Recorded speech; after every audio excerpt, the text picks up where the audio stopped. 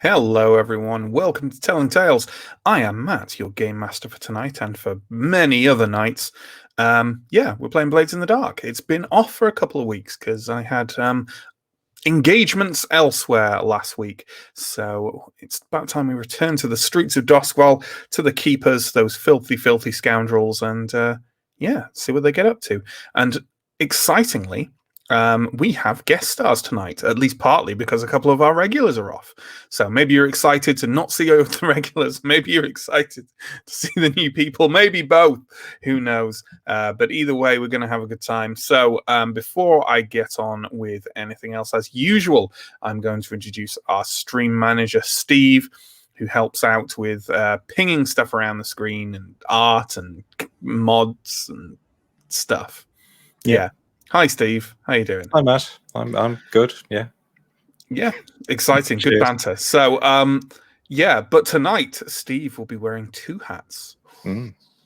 Because Steve is going to be one of our special guests tonight with his very own Blades in the Dark character. I think that's probably the first time I've been called a special guest, so thank you. Yeah, they said it couldn't be done, Steve. They said it couldn't be done to be stream manager and player, but look at you now, beating the odds. 2 hours. Yeah, absolutely. Cool. So while Steve changes his nameplate and stuff, let's give some good old promo into the mix. There's a bunch of links down below. There's links to our Twitch and to our YouTube. You're watching on one. Why not check out the other? Our YouTube at this point is positively heaving with VODs of series that we run and series that we have run and stuff like that. There's links to our social media, to our Discord that you can join up and talk to us about all things roleplay and all things telling tales, to our Patreon where we offer a lot of lovely stuff in return for treats. We run 3 weekly shows, Monday, Tuesday, and Wednesday. Each of them start at 8 o'clock in the evening BST, which is 3 o'clock in the afternoon EST, and a number of other time zones as well. All of them, I think, in fact. Mondays is Call of Cthulhu, which just started a new series yesterday. Tuesdays is Blades in the Dark. That's what you're here for. And tomorrow, Wednesday, is Simbaroom. It's the return of Simbaroom to the channel, our flagship series after a hiatus, and we're very excited about it. We're going to be starting the huge Simbaroom campaign, Throne of Thorns. Ooh, exciting times. We also run a one-shot on the first Saturday of every month. That's going to be this Saturday, where we're running the One Ring, which is the new Lord of the Rings role-playing system, or a new version of it, I should say, from Free League, where I'll be adapting a storyline from the Lord of the Rings online. So if you're a fan of either of those, then please make your way to our channel at 3 o'clock in the afternoon BST this Saturday. Also, final promo thing, we run a fortnightly Simbaroom show over on the Free League Twitch channel. That's every other Sunday. It won't be this Sunday, but it'll be the following one, and that should be the finale of it, actually. So why not start there? No, go to our YouTube, watch all the other episodes, and then start there. That seems like a good idea. So much promo, Steve. Or should I say Rook? Yeah. Your character, yeah. Well, before we start inviting on other people, Steve, why don't you just tell us a little bit about Rook? Give us a little bit of an intro. No character art, unfortunately, because this was a... No, neither of these special guests knew they were special guests when they woke up this morning. That's all I'll say. So, yes, what can I say about Rook? Rook is a Scotlander, a refugee from... been involved in the conflicts in the recent past. So... he's a bit battered and worn. You usually see him in a sort of a hooded coat, wearing really scuffed work boots and tattered trousers, jet black hair. Obviously, that's where the name comes from. And he is what is referred to generally as a leech. So his activities involve usually, just sort of sabotaging things, making things blow up or crash down, or just throwing wrenches in places where wrenches should not usually be thrown. And so in many ways Rook is the opposite of you, Steve. For the most part, I hope. Yeah, good. So let's bring on our second guest star tonight. You know him as Chris. He is a regular He is a regular on Wednesday nights for Simba Room. And you do know him as Chris. Many know him as Chris because that's his name. But tonight, Matthew, he will be Bone Thrower, the Whisper. Chris, why don't you tell us a little bit about Bone Thrower? You're muted. Preferably while I'm muted. Great start. Professional role player. That's me. Bone Thrower is a itinerant, traveling mystic occultist for hire who has been touring the wilds for a long time, but has ended up in the city and is making ends meet while muttering towards some as yet undisclosed overarching goal. Bone Thrower is a whisper. They focus on matters occult, communicating with the spirits, dealing with the metaphysical, and available to the highest bidder in most cases. Or in tonight's case, maybe the lowest bidder. But there we go. And obviously, these guys, this is their first time in the Blades of the Dark system and the Blades of the Dark setting. So be gentle with them, folks. They may say things that make them seem absolutely foolish. But we will correct them all the time and punish them. And then we can all move forward happily, knowing that justice has been served. Let's bring on our third player who wasn't here for the score last week, so I won't be giving a recap. There's only one player here from the score last week. What's going on? Let's bring on Sam, who plays Silver, the Keeper's resident slide. Hi, Sam. How you doing? Hello. Pretty good. I have to say, when I read your message to say that John would be the only person giving a recap, and I was like, there's only two people missing. Who's the other person who's normally on this show? And it literally took me a few minutes to figure out it's me, that I'm the other person normally on the show. But I'm glad to be back on it this week. That's the most adorable existential crisis I think I've ever heard of. So there we go. There is Silver. But let's bring on our final player and the person who will be delivering the recap from last week with me. It's John, who plays Bricks, the Keeper's resident cutter, an all-around neck breaker, as we found out last week. John, why don't you kick us off? I think we did have a downtime bit at the beginning of last week, but I kind of can't remember. So at the beginning of last week, was it? I think it was at the Was end it of even the week another before. score? Sam, have you had downtime? I think the last thing we did was downtime. I think. Yes, because I remember you buying a load of drapes, and then we joked that you got lost in the drape shop. Yes, which is why you weren't there. Probably. Yeah, because actually that would be something we'd need to handle if we didn't. But you're like relatively low on stress and stuff, right, Sam? Yeah, I think so. Let me double check. Yeah, I've got 3 stress. Seems about right. That's all. That'll all seem cool. All right, John, why don't you take us through the score last week, and I'll jump in where when needed. So our score was to secrete for weird runic stones in the Skovlander embassy, which we scouted the area. Consulate, I think you'll find. Consulate, I think you'll find. Oh yes, we had this argument. Consulate, and Echo found a window and broke in without plunging into the water, which was our initial worry. We all climbed up and started thinking about how to secrete these rune stones, and then 3 sheets went, oh, by the way, I've got a ferret. At which point he set the ferret on going through mouse holes to secrete some rune stones somewhere. Yeah, somewhere deep in the walls. Did he get a ferret? Was that a special ability that he'd bought to have? I think so. I think he'd had it from the beginning, but he just had never used it. Yeah. And then with half our job already done by a ferret, and Justin bitten by said ferret, which will come into play later, we split into 2 groups of Bricks and Echo went one way, and 3 sheets, who remembered he had previously used this building as a drug den, went the other way. And I mean, from that point, everything went a little bit wrong. Three Sheets couldn't get into his old drug stash to acquire drugs and hide the runestone, and we barged into an office that had a person in it, and that person may have possibly died as a result of our immediate actions, which were Possibly, killing yes. him. Yes. It's entirely possible that his neck broke by coincidence at the moment you squeezed it really tightly. It's like, possible. Stranger things have happened.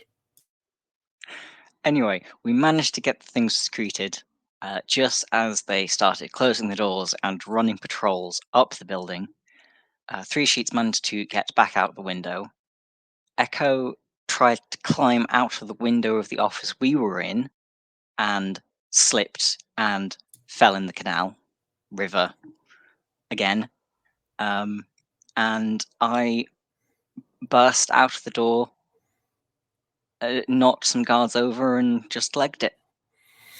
Yeah, that was about it. I mean, we should clarify that Echo falling into the canal again was Echo maxing out on stress again, Yes, and again. gaining another trauma. Then the group as a whole had an argument about whether Echo should be dragged out of the water because Which I no was one ambivalent respects about. because no one respects the game master. And then we basically ended it there. We ended it there. So that was the Skovlan Consulate Caper. Also, Three Sheets got a rusty nail stuck in his ferret bite. Oh.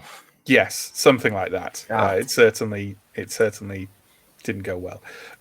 So, with that in mind, what we need to do is to kick into some downtime. But we only have one person here who was in the score last week. So, what's going to happen is that Justin and Pierre will run through their downtime for last week, kind of off stream, and we'll come back and we'll talk a bit when they return. We'll talk about if anything of massive significance has happened. What probably happened is just like their XP will have gone up a bit and their stress will have gone down. It won't be anything huge. But John, on the other hand, we're going to have to go through some downtime activity. So first off, we get to the payoff. The target of your score, you are now tier 1, right? As the keepers. The target Correct. of your score, the Skovlan Consulate, was higher tier than you. So you will take 3 rep overall. Nice. What does that bring you up to now? 3, because we just ticked over. Because you just come up, yeah, sure. The coin that you earned was 6 overall, but I'm assuming, and this will just have to be a choice you make, I guess, John, that one of those coin is going to the grinders as your sort of crime bosses. So that leaves you with 5 coin. I don't know what you want to do with that. I don't know if silver's involved, or I don't know. Silver would definitely like to be involved. Well, I think it would make sense if Bricks, who actually turned up for the job, takes his pay from it, and then the other 4 go into the crew coin at a point where everyone else just bothers to turn up. That will fill up the crew coin, I believe, unless there's... is there already crew coin? Because otherwise... No, it was empty. Okay, then I guess, yeah, sure. Let's do that. Fill up the crew coin, and then Bricks can take 1, and we'll see what happens with that coin when we come back. But I guess we got to remember that that's there. So if you can make a note for that somehow, John, that would be good. No, you know what? You've just gone up a tier. Subtract coin equal to your crew tier plus 1 to pay the grinders. Oh. As your tier goes up, you pay more money. Right. So I'll take 1 off there. Yeah, so put 3 in the crew stash. Next is heat. That's a good question of how much do we consider this to be heat. I don't think it was smooth and quiet. There's contained standard exposure or loud and chaotic high exposure. I don't think it was loud and chaotic. You barged some soldiers out of the way and someone got dead. We're just going to call it contained. I did kill that man very quietly. Yeah, sure. But I am going to say that it's a high profile or well-connected target. Oh, hang on. And also add +2 heat if killing was involved at all. So that's going to be, you know what, I'd say they're not high profile or well connected nowadays because they're kind of looked down on the Scotland consulate. So you know what, take 4 heat. Okay. How close are you to taking another wanted level? We have 2 heat left. But it is a downtime, so you can reduce your heat by 1, right? Because of your because of the smuggler's ability. Correct. Okay, the next thing to do is to roll an entanglement, which is going to be fun. So what is your heat at? 6. Your heat is at 6, and your wanted level is 1, correct? Correct. Okay. All right. Let me have a look at this briefly. Ooh. That's fun.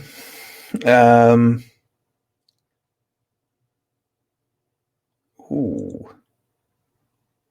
These are all great noises. Ooh, that is complicated. Okay, we're going to have to do... Yeah, we're going to have to do something with this, I suppose. Yeah, okay, we'll do something with that. Yeah, sure. Yep. That's not something I expected that I'm going to have to come up with stuff for, but it's fine. What's your first downtime activity going to be, John? My first downtime activity is going to be indulging my vice, I think. Mm-hmm. So you're going to bet on the fighters down at the pits? I am. And it'll be slightly annoying, because if I'd already had my experience from the score, I'd be rolling 2, but I'm only rolling 1. Sorry, what do you mean? God damn it. I am 1 experience point off my lowest attribute. Your lowest quality. That's it, being 2, but it's currently only 1. Oh, because you're going to buy a point in something you haven't got. Yeah. But I only rolled 1. Okay.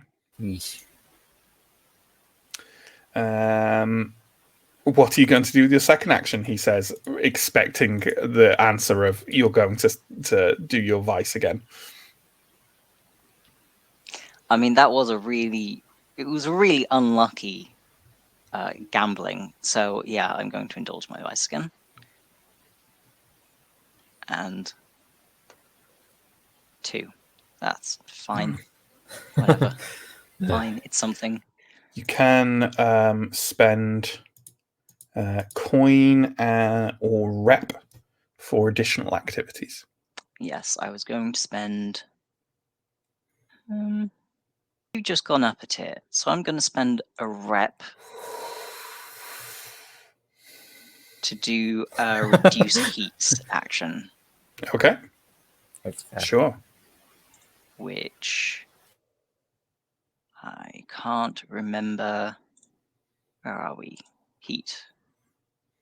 Roll. Where's the thing for reducing? Does it just reduce by 1? I think what you need to do is say what you do to reduce the heat level of the crew, and then you make an action roll. Yeah, and then you reduce heat according to the results. So what are you going to do?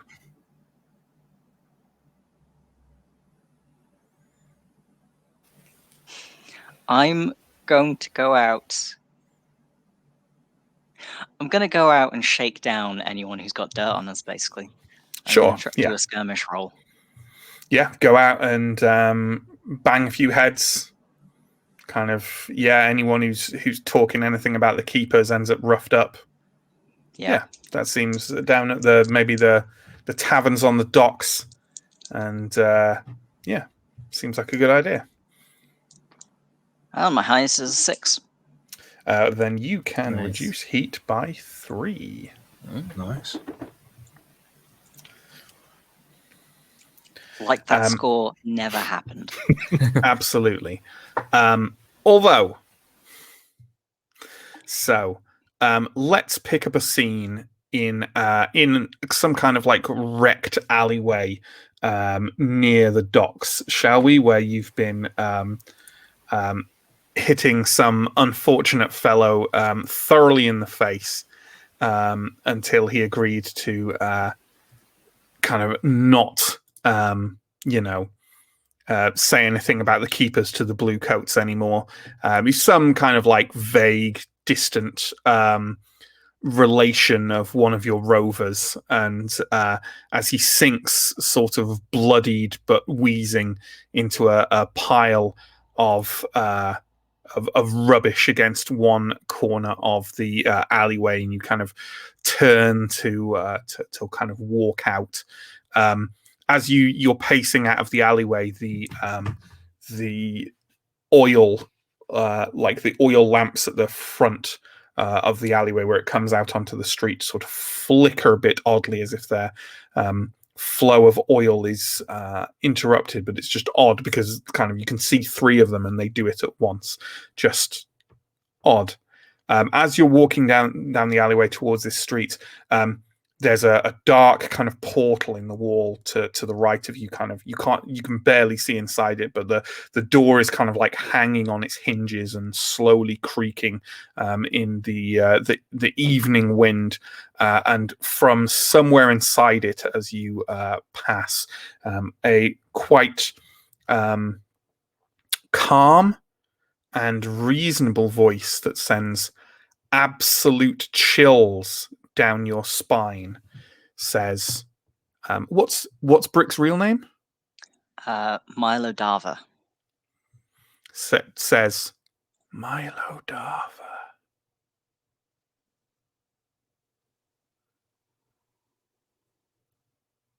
What? Heard of you. Lucky you. Might have some work. I'm listening.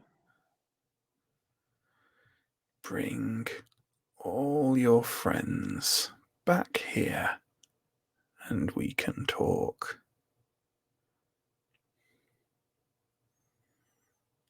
Right. And how am I supposed to know I'm not going to turn up and a couple of wagons of blue cloaks are going to jump out? Blue cloaks are going to jump out.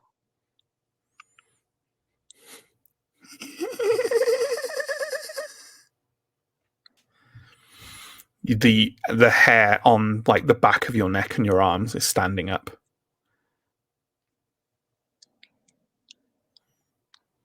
All right. Come back soon. I need food. Bricks is just going to start backing away, not looking scared. You have definitely heard tale of, voices in shadows or odd shapes in the dark offering jobs to people. It's kind of out of your league, but when people in Doskval talk about bargains with devils or bargains with demons, sometimes then they're speaking literally. But whatever it is in there, spirits don't tend to talk coherently, and Bricks isn't one to quake in his boots at the voice of some lunatic. So it's entirely up to you what Bricks takes from this. I'll think on that. The mechanics of this, by the way. So what happens is you have to, as a crew, accept a bargain. So the job that has been offered to you. deal with it some way, or hide until it loses interest, forfeiting 3 rep. Now, I think it's fair for the 2 existing crew members to discuss what they want to do about this. If you do accept its bargain, that's the next score we'll do, because I've already planned another one for tonight, so we're not going to do that one. But if you do accept its bargain, that will be the next score that we do. Okay? Or you can deal with it in some way, because it's not going to stop approaching you, and it might get furious and hungry if you don't do as it asks, or you just hide until it loses interest, which is the 3 rep. And if that's what you want to do, I'm happy for you to do that now, and then we'll pick up like with the next score, if you see what I mean. But if you want to deal with it, or you want to do the bargain, that's going to have to wait till after this score. But it will happen after this score, the next score in downtime. Is going to meet it like, does that mean we've accepted its bargain, or do we you think it will take that way? Yeah. Okay, fair enough. But you're no experts. If only you will be able to talk to a whisper at some point soon. Doesn't seem likely. Don't know any whispers. I don't think I'm not going to say that you need to. You know what? You don't need to make up your mind up now. I've given you 3 options. You can think it over, and like at the end of this, we're going to say this happens right before this score and downtime, right? So you can think it over, and then you can choose what to do, and then we'll take it from there. How about that? But John, can you note this down, because this is easily something I will forget if not. So the demon has to be dealt with. In one way or another. So there we go. Attracting all the wrong kinds of attention. Who'd have thought it? So I think that brings us fairly up to date. Brix has spent a good few days frittering his money away in the fighting pits. Had an unfortunate encounter while beating up some lowlife in an alleyway, and now we can move forward to the new score. John, feel free to rack up your experience as you see fit, if that's all right with you. I believe on your playbook it'll list what your what you should think it is. So cool. All right. In that case, let's start our new score. And the score we have selected tonight, folks, is so for a while now, the Keepers have been trying to make further inroads with the Grinders, who are a gang of Skovlander refinery workers who've set up shop in the docks over the last couple of years, under some nefarious purpose, but for whatever reason, they were controlling the area that the Keepers decided to start doing a lot of their operations from. Not necessarily where they pull scores, and actually directly not where they lair, but kind of where they roam around, control the streets a bit, pump people for information and socialize and all that kind of thing. And the Grinders own that area, and they're the people who the Keepers have been trying to get in with. And I believe, I don't know if it was last time or the time before, that project succeeded, and you made a contact higher up in the Grinders, an individual called Cersei, not like that Cersei, he has offered you for a couple of weeks now a job, and I will just go ahead and read out the sort of specifications of it. Your new acquaintance Cersei has said that if you're serious about getting tight with the Grinders, then you'll need to get your hands dirty for them, and has hinted that it would certainly ruin the Blue Coats' day.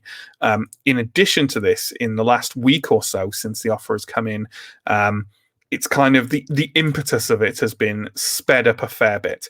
Cersei has sent a couple of grubby messenger waifs your way to express that what he intends has a very limited window of time. This may have something to do with rumors swirling that the Blue Coats are about to get their hands on some very formidable new weapons. For anyone unfamiliar, Blue Coats they're Doskvol cops. That's and they're not fond of the Keepers, and you are not fond of them. So yeah, that's how we have it. I would just like to throw everyone together in a scene, essentially meeting up with Cersei for the first time in person as a group. Let's say that Echo has still not fully recovered from her dive into the canal, and that Three Sheets feels responsible because he's the one who dragged her out, so is kind of like attempting to help her recover from this traumatic incident. So Bricks and Silver, you are the only individuals going to this meeting with Cersei. He's given you an address, which is a sort of battered warehouse in the docks district. So why don't you start by telling me how are you guys getting there, and are you having kind of any kind of conversation on the way or anything like that? I think we'd probably walk there. I don't know. We might take the boat, I suppose. My inclination would probably be to take the boat, but Okay, we can take the boat as long as boats. Silver isn't rowing. I think Bricks is the punt master from what we've Don't call him experienced that. before. Sure. Don't call him that. So you kind of punt your way through to the docks from Silkshore, where you're based, and the battered old warehouse is kind of on the very front of the docks. Kind of, you can tie the barge up to the quay side there, and just basically walk up and walk towards the place. Shall we say that your rovers are with you as well to look after the barge while you're in there? The kind of bent and somewhat wizened and plump Odgar, the older one who kind of leads your rover troop, sort of tips his little cap to you and gives a kind of one of his slightly anonymous noises before you step up onto the quayside and walk towards the warehouse. The immediate area itself, and you're in, it's very, it's always dark in Duskfall because the sun never comes up, but it's particularly dark and cold this morning, and there is a howling wind coming off the ink black sea, bringing with it from some point along the dockland a smell of animals and hides and blood. And as you kind of step closer to the warehouse, you can also see that your hands are being covered with a patina of sort of unpleasant, greasy soot as well.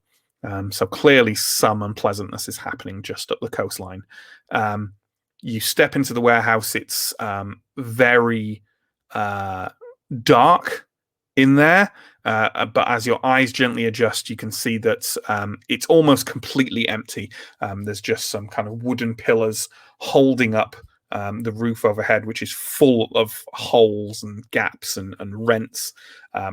And ahead of you, standing in the shadows, kind of just on the edge of some vague light coming from a gap in the roof, is... Please describe your character, Steve. You might want to do it while unmuted. First time, I think. Yes, so you'll see somebody who's wrapped up in a thick coat with a hood, and he'll be probably sort of leaning against something in a corner. So yes, thick coat, hood, worn boots, worn clothing generally. Can't really see much of his face. And he's sort of leaning there, waiting. Why don't we? I know we have the character art, but why don't we have just a quick description of Silver and Bricks as well? Why don't you start us off, Sam? Silver is a fairly short, mostly very well dressed woman in a kind of late 20s, early 30s. Normally walks with a cane, although she doesn't need it. And currently she's wearing a newly bought silver cloak. That is a fancy silver cloak. John. Bricks is a very big individual, both in like height and broadness of shoulders and muscle. He's got dingy blonde hair cut in like a stark undercut to reveal like a network of gnarled scars along the side of his head. But you probably don't want to stare at them too hard, because he is Sounds also good. quite punchy. Steve, for your part, you have also been told to meet here by Cersei of the Grinders for a job well suited to your individual talents. And you, let's say you're a Scovlander. You know what Cersei looks like. You know that neither of these people are Cersei.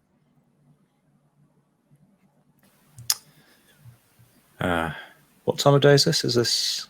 I mean, it's morning, but I mean, in Duskfall, you know, Suppose. it's all much of a muchness. I guess I'll step out of the shadows and your bricks, I presume. Aye. Yeah, I thought you might be. You can call me Rook.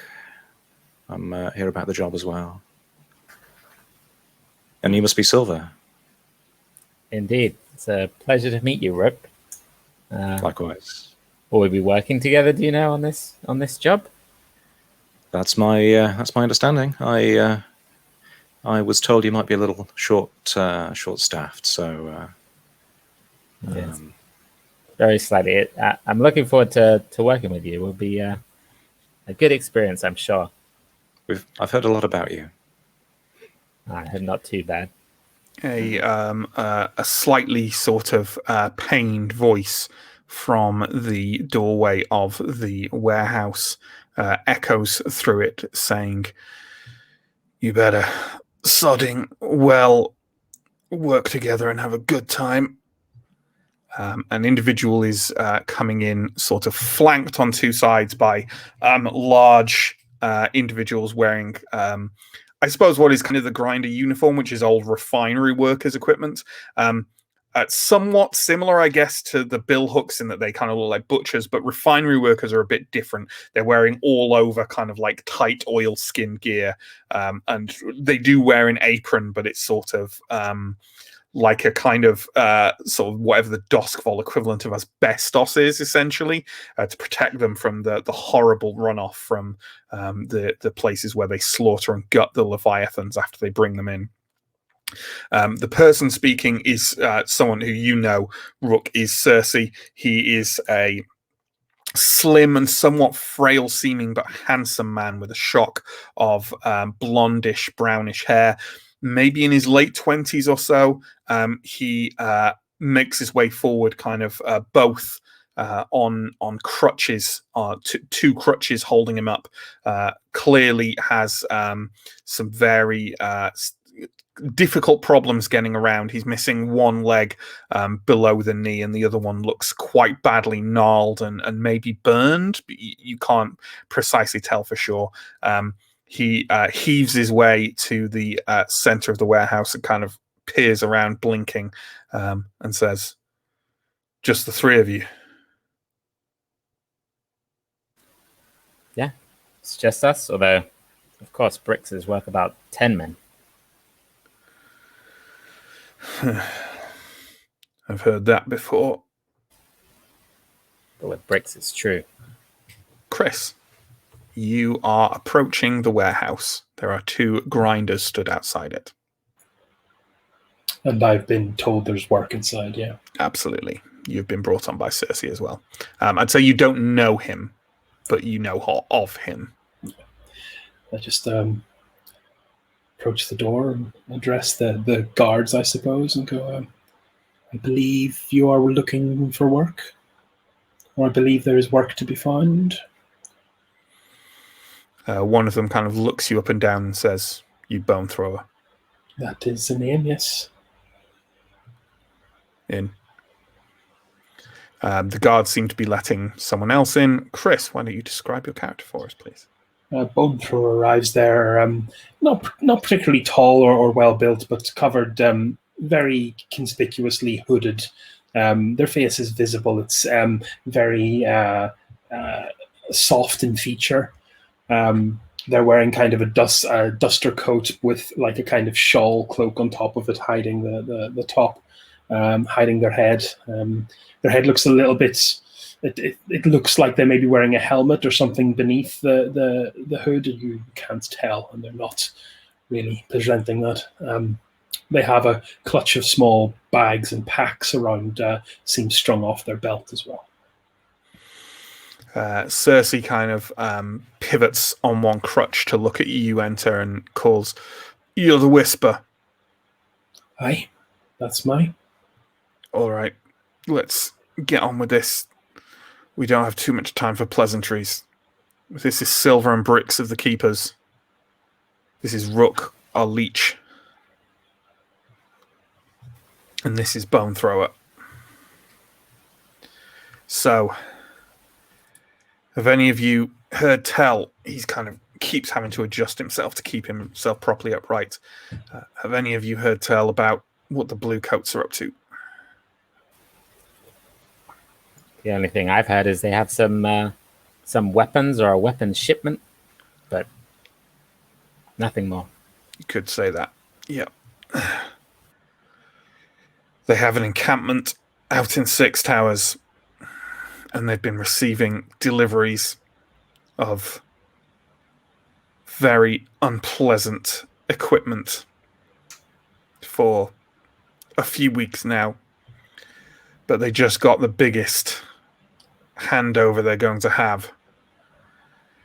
And this time tomorrow, it'll all be gone. Out. In use. Unless you want to be blasted into ash when you poke your head up to confront them, I suggest we deal with it. The idiots in Crow's Foot are too busy fighting amongst themselves, but the docks are sensible enough to take care of it, and the grinders most of all, though we've had a few tip-offs from others. Look,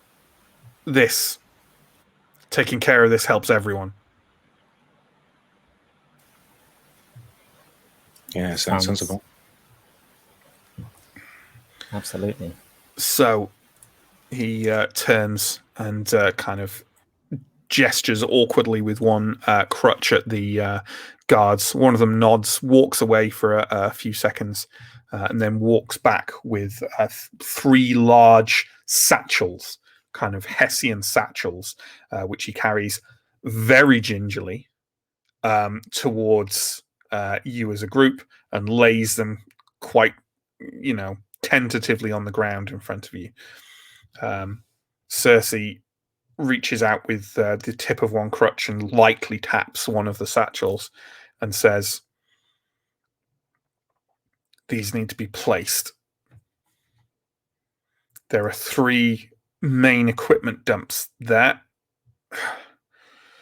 There's a stockade with what look like cannons in. There are some boxes full of rifles and crates of leather and plate armor. These need to be put near them, and by near them I mean practically in them. And then what I would do is rig up some kind of time system between yourselves, because at approximately the same time, you need to kick them all hard until you hear something shatter. And then you need to run."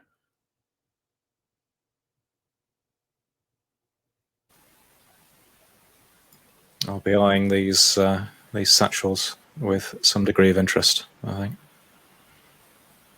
Explosives, then, effective. Yeah, you could call them that. Look, I won't lie to you. This encampment they've got, it's fairly formidable. There are a lot of blue coats there. And there's going to be more today because they've got some kind of meeting. Some bigwig who's swung it to get them this equipment. But you got to do it. Because you left it a bit late, didn't you?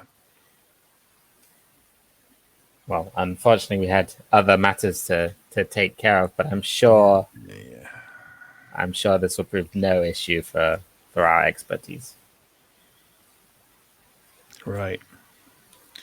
Well, look, we don't really care if you get caught. if you get hurt, if they pin it on you. We don't even really care if it comes back to us. Though we prefer it not to. Just get that stuff blown up. Or they're going to get a little big for their boots. Yeah, I agree that a stronger blue cloaks is bad for everybody. We will absolutely ensure that does not happen. And I have no fear of it getting back to you, where discretion is our collective middle name. Right. Well, I hope so. This one's a saboteur. That one's a ghost wrangler. See what you can do. He turns and starts kind of laboriously working his way out of the warehouse, and calls back over his shoulder, "If you do it, we'll know, and we'll come to you."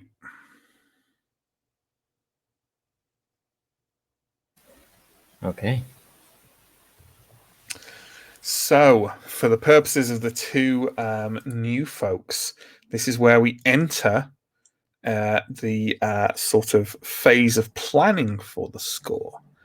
So essentially, what happens is that there is kind of planning and engagement. So some things you can do to gain extra information or whatever, an extra advantage is to make some action rolls and kind of like see if you can gather any more, information or valuable whatever. And then after that's done, and we have a very brief chat about planning, we don't want to go overload. We go into talking about the plan you're using. More than specifically, it's like, what type of plan are you doing? Like, is it assault or deception or stealth or occult or blah, blah, blah, blah, blah. And then what we do is make an engagement roll. And based on the engagement roll, I tell you where you are and what's happening, and we start the score. And that's basically it, folks.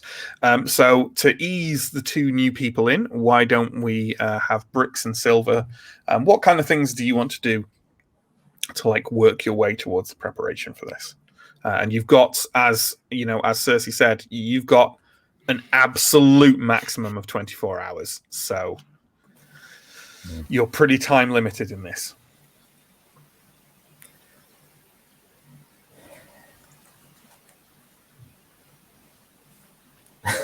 Not all at once. I think probably the first thing would be to find this encampment and have a look at it. How big is it? What are the standard entrances they're using, and roughly how many people are in there? I think that's a very reasonable thing to do. Do we want to do that as a group action or a single person? Group actions tend to be more have more chance of succeeding, but also tend to produce more stress. So I don't know if we want to do that, or we could have one person doing it with other people assisting them. Any number of things. But you know what? Silver proposed it, so why don't you, Silver, tell me what action you're rolling for it at the very least? Probably survey. Mm-hmm. Survey seems a very appropriate one. Mm. Yeah. Does anyone want to assist Silver survey this? It sounds like cost one stress to do so. I can certainly assist. Okay. Yeah, no problem.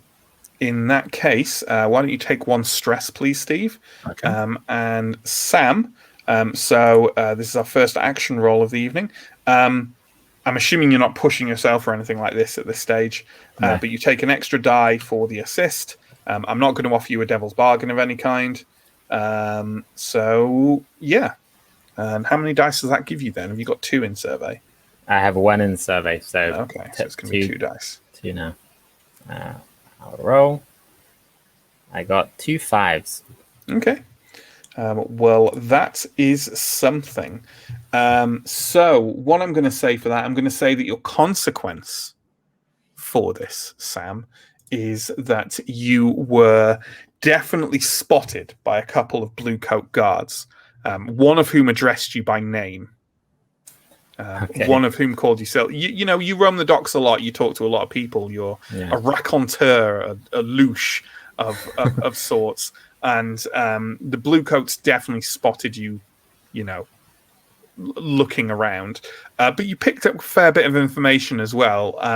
The encampment is rather large. It's in an old sort of courtyard, very large courtyard square in Six Towers. Six Towers is a district of the city that used to be the sort of upper class area, but is now long gone to seed, with a lot of decaying old townhouses and things like that. And it's in a large kind of like very light stone courtyard. You can see Six Towers there on like the east side of the city, and it is packed with crates and boxes and large tents as well.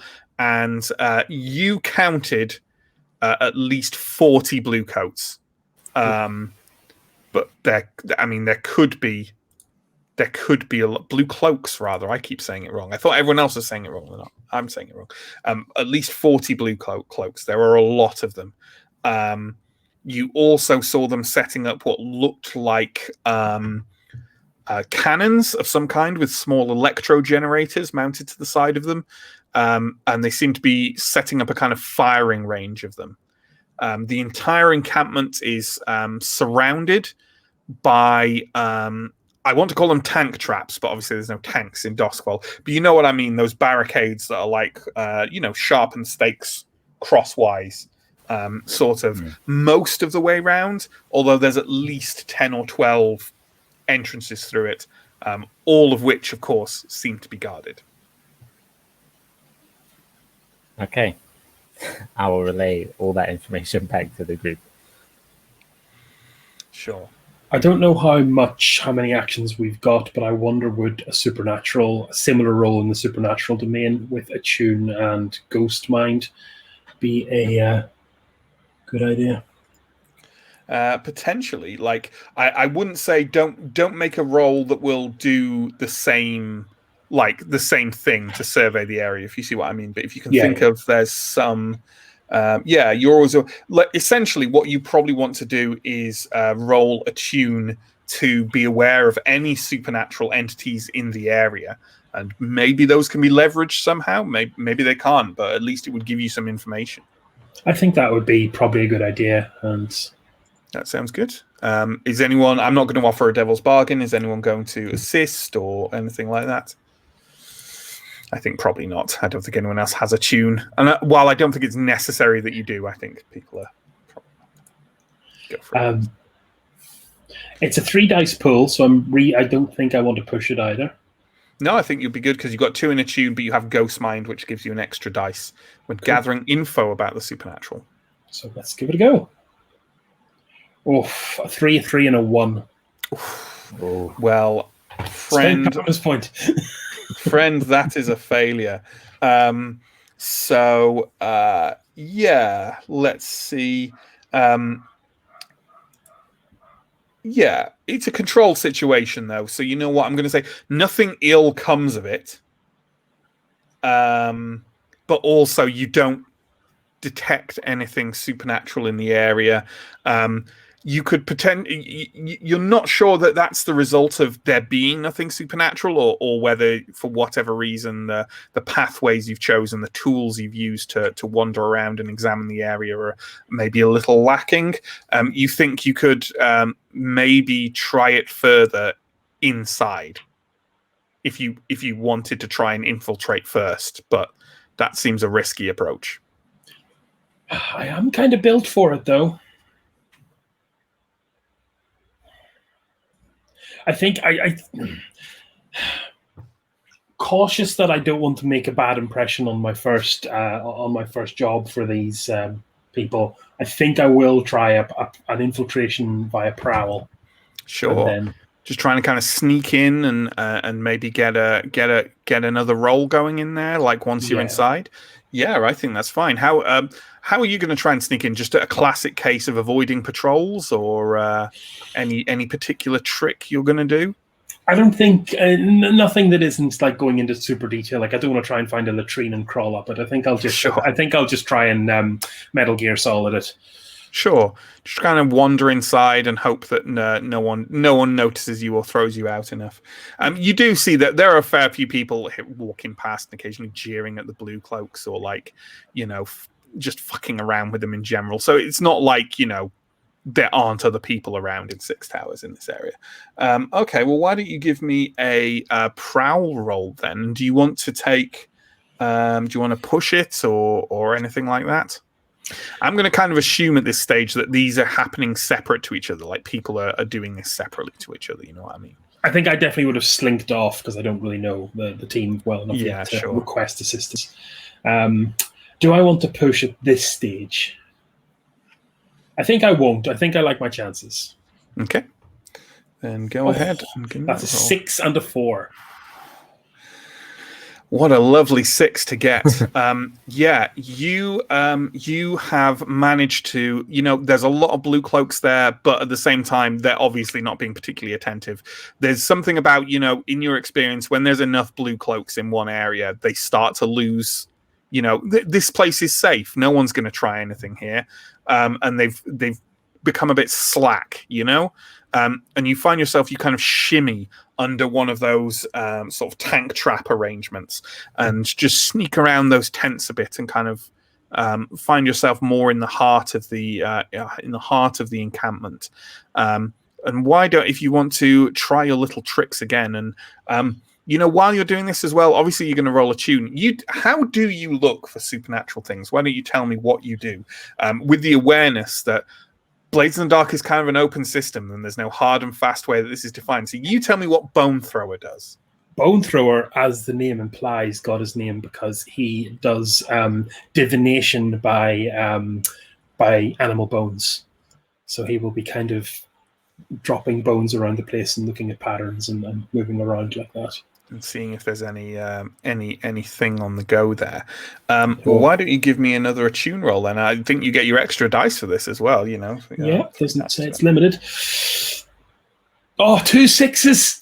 Oh, 1 6 6. Oh, critical. So, oof, this is interesting.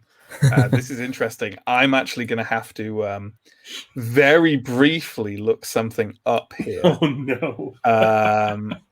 So, yeah. 1 second. How dare you come in here and show us up like this, Chris? We invited you, and now you... Shocking. Well, so you are there kind of scurrying between tents, kind of rolling the bones and trying to do... There's something odd about the bones. Every time you throw them, they almost it's like they tip partly from your hand in an odd direction and scatter away from you. It's quite unusual that they do this, and you haven't really encountered this before. And as you move around, you see that this, you sort of move around and see that this happens more frequently further towards the center of the encampment as you're kind of making your way sneakily around these tents. And then it occurs to you that the reason you're not finding anything isn't because there is nothing. It's because there's some kind of, not dead zone, because not only would that be a bad pun, but it also would not be accurate. Even the kind of minor residues of spirits and ghosts are not present in this encampment. And there seems to be something near the center kind of pushing them away, pushing them out. And you wonder, maybe this is part of the equipment they've been given. Maybe this is some, fascinating piece of technology that you could take a look at, maybe before you blow it up. And then you realize it isn't technology at all. And you realize that because you see him standing outside a tent, kind of across the way from you. You're kind of looking over some barrels. And you see a man standing there. He's dressed in an old-fashioned manner with kind of like sort of almost like tails, suit and tails with a cravat tied up and his collar starched and pointed up. He's oddly not a particularly distinctive looking man, with like maybe in his late or late middle age, but quite quite sprightly looking for his age, with a strong jawline and closely cropped hair, and very well kind of shaven, with the hair being kind of steel grey, sort of handsome in a under the radar kind of way, not a particularly remarkable individual. And then you wonder if this is odd. Perhaps this man is holding something, and then he turns and he looks right through the barrels at you, and you feel your heart skip a beat inside your chest, and you kind of start blinking. It is very hard to look at him directly.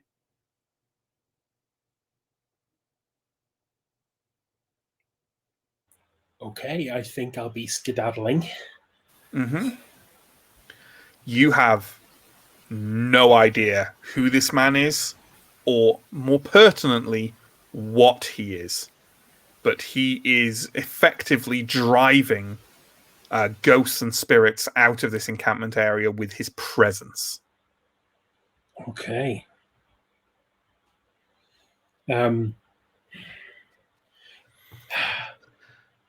Why don't we let's pass over to Brix and Rook for a second and see if they want to make any preparatory rolls, and then we'll have a little scene of people sharing all this information. Is there anything that Brix and Rook want to do? It's fine if you feel that kind of information has been gained. I can't think of anything. I mean, I guess I was involved with the survey earlier. Rook would be, if possible, wanting to check on, get a handle on what sort of bits of equipment or gadgets or mechanisms lie around the place, things that could be potentially used or abused or triggered or that sort of thing. But that could well be part of the initial survey, I guess. You mean kind of the equipment that's within the encampment itself?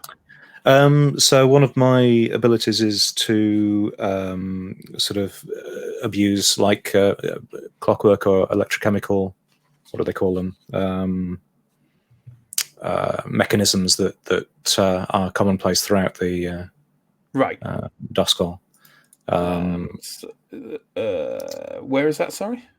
Here we go. Tinker. So you might turn the clockwork. Tinker is just an active an action thing. Yeah. Absolutely. But what are you specifically doing? Is what I mean. Checking if there are potential sort of locks on entrances and exits that I can ping open. It's all open. Like right, okay. There are no doorways or anything like that. It's an open courtyard with barricades around it and tents inside it. So then I guess anything that could go pop in quite a spectacular way, if there's anything that could be overloaded or sure. So kind of taking a look around for that. Yeah. Sure. From the outside, I'm assuming. Yes. So what are you going to use for that role? Well, I think if I guess either survey or tinker. Tinker is probably the action of actually doing it. So, is survey good? Don't ask me if it's good. Tell me what you're using, and I'll tell you how good it is. I'll use survey. Sure. Yeah, I think that's a decent one. Unless anyone's helping, I'm not offering a devil's bargain at this stage or anything like that, and I'm assuming you're not pushing yourself. So you can go ahead and. Cool. I might, if I'm still in the area and I spot you, I might offer to assist with this one. Okay, cheers. That'll be. This is survey, isn't it? It is. It is. Yeah. Yeah. I can add to that. Well, anyone can add to anything. I think. I don't think you need the specific dots. So, Chris, can you take one stress then if you're assisting, and Steve, take an extra die. Lovely. That's 3 dice. Ooh. 1 and 2 6s. Nice. So within the camp itself, just from kind of like pace, kind of idly pacing around it, sort of mixing in with the not particularly high and mighty of Six Towers as they roam around throughout the hours of the morning. You look over, and the thing that really attracts your eye is these electro generators on those cannons. Which you're fairly sure, if they were, mistreated in a very specific way, would definitely go pop in an entertaining fashion. Nice. Nice. They also seem to be racking them up for like a test firing. You see a couple of individuals. You see what looks like a high-ranking blue cloak, a captain of some sort who has kind of a very neat beard and a prosthetic arm, and he seems to be kind of like pacing up and down these lines of cannons and kind of like taking a decent look at them and talking quietly to people and making sure everything's all right. He in turn seems to be sometimes accompanied but sometimes just watched from a distance by an individual in an old-fashioned tails and steel grey hair, who I'm sure we can pin as someone we have already encountered. Yes. Excellent. Well, if that's all the preparatory roles, then why don't we meet again? Is there any reason to suspect you won't have come here on the barge? I think we probably would have. So why don't we have a scene in the belly of the barge with Rook and Bone Thrower perhaps looking around themselves to see how these keepers exist, and why don't we have a scene there where you're sharing, maybe some kind of food and drink briefly. Not very nice food and drink because it's Doskval and most of it is mushrooms and eels, but and fungus. But why don't we have a scene there where you kind of plan how to approach this? Well, seems rather difficult. Grinders are very demanding, apparently. A curious man seems to run the operation, like a spirit, like a magnet that forces away spirits. If I had a week and a library, perhaps I could give you some insight, but we have a day. You think he's the bigwig everyone's worried about? I think so. He is dressed like he has fallen out of time. Mm-hmm. Well, keeping spirits away doesn't sound so bad to me. Drawing spirits would be quite an interesting distraction, but this man you say is he's exceptional. I have not seen or heard of the like of it before, and it gives me concerns. Hmm. Is he big? Gary? He's what struck me most is that he was almost hard to look at for someone attuned to the ways of the spirits, like staring into something that does not wish to be stared into. His most distinct feature I could see was that he was talking with other seemingly important people, and his dress is unusually old and formal, even for this city. I reckon I could punch him without looking at him. I think so, Briggs. I don't suppose any of you have heard of this, recognized this person before? Definitely not. Doesn't ring any bells. Although still, he's only one man. How bad can it possibly be? Hopefully, Can't be quite bad. It'll be fine. We just have to figure out a way to get inside with these bags. Won't be easy, especially if more are arriving tomorrow or whenever this meeting is taking place. Well, the place is open, so It's not like we have to break in, but yes, remaining unobserved or uninterrupted is that could be a challenge. We might be able to arrange a distraction, I guess. What were the marks? The cannons, the crates, and the armor. That's correct.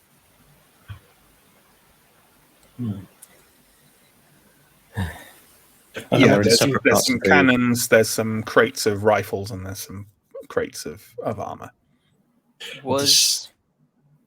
Go on. Distraction might be wise. Rook, did you see anything with your tinker's eyes?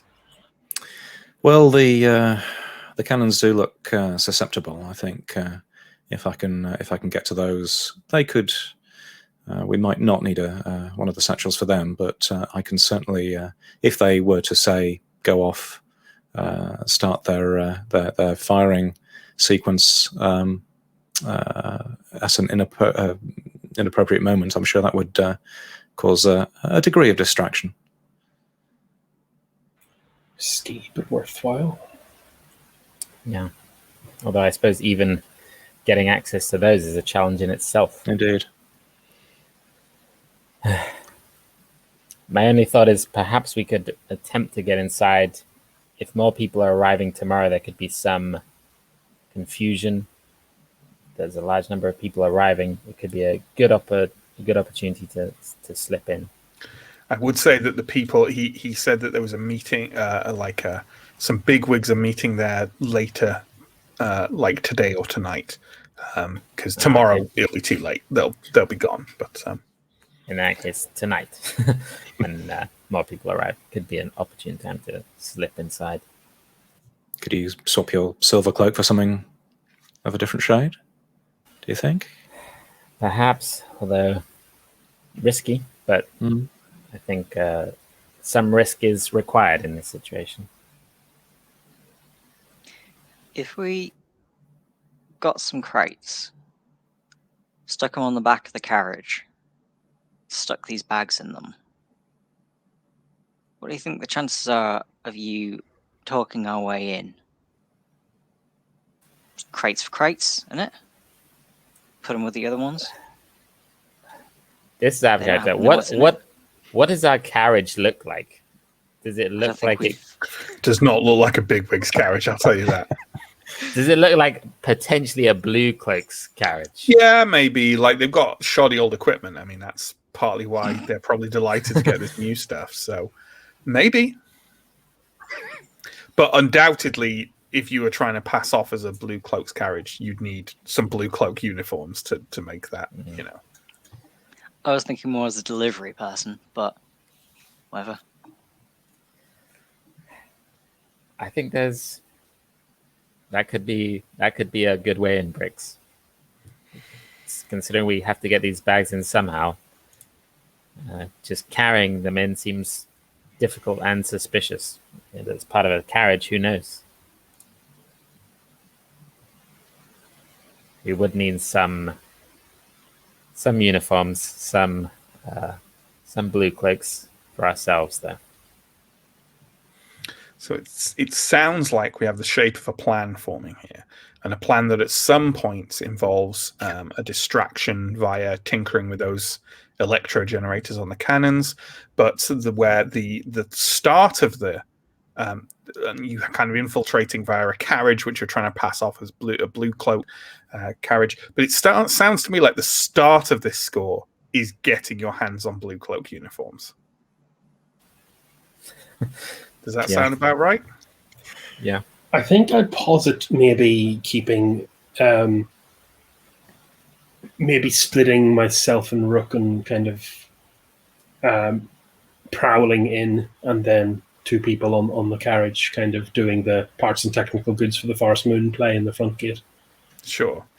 So like Bone Thrower and Rook going in and concentrating on the distraction, Silver and Bricks going in and concentrating on getting the satchels to where they need to go. Well, I would say there's 3 satchels and 2 people. But although potentially if we're blowing up the cannons, maybe we don't need the 3rd satchel. Maybe, I don't know. Well, I might mean, as well you take- could. You think you could rig the electro generators to be destroyed, but you'd have to. I mean, you'd have to do all of them. Like one of them would not cause a large enough boom to destroy all the cannons. There's about 10 of them, so. I mean, we might be able to sort of ping pong it if we start one cannon firing, cause a distraction. That gives you a little more cover. Perhaps you can slip away unobserved, and we can. But yeah, it's not going to be easy. That's for sure. Well, I would feel remiss if I did not remind you that the instructions were after you set them off by giving them a kicking. Oh yes, of that you course. have to run away real fast. So if there aren't 3 people doing that, then I mean, I might be able to rig some sort of gizmo to, pop a charge at one of the satchels, maybe. But or you could just take the satchel and kick it. yeah, It's less fun. I like my toys. So it seems to me like we have the rough thing of a plan here, because with this is already, I would say, about 10 times too long for a Blades in the Dark planning session. But because it's people's first time and stuff, just knock yourselves out. So you got to get that. I found with the players, you got to get over that hump of we need to plan this, because that's not how it works, and you can always retro plan via the flashbacks. So. But it sounds to me, and correct me if I'm wrong, that the primary goal of your the primary way you're carrying out this score is through deception. Lure, trick, or manipulate, and therefore the detail I need from you is the method of deception. And it sounds like basically what I need from this is how you're getting your hands on blue cloak uniforms. I mean, there's a lot of them in this square. But do we go elsewhere for that? Are you luring people away? What are you doing? I'm going to float the idea of a flashback. Is it too early for flashbacks? There's nothing against flashbacks in the beginning bit, but it always seems a bit jarring to me. But sure. Why? What flashback do you want?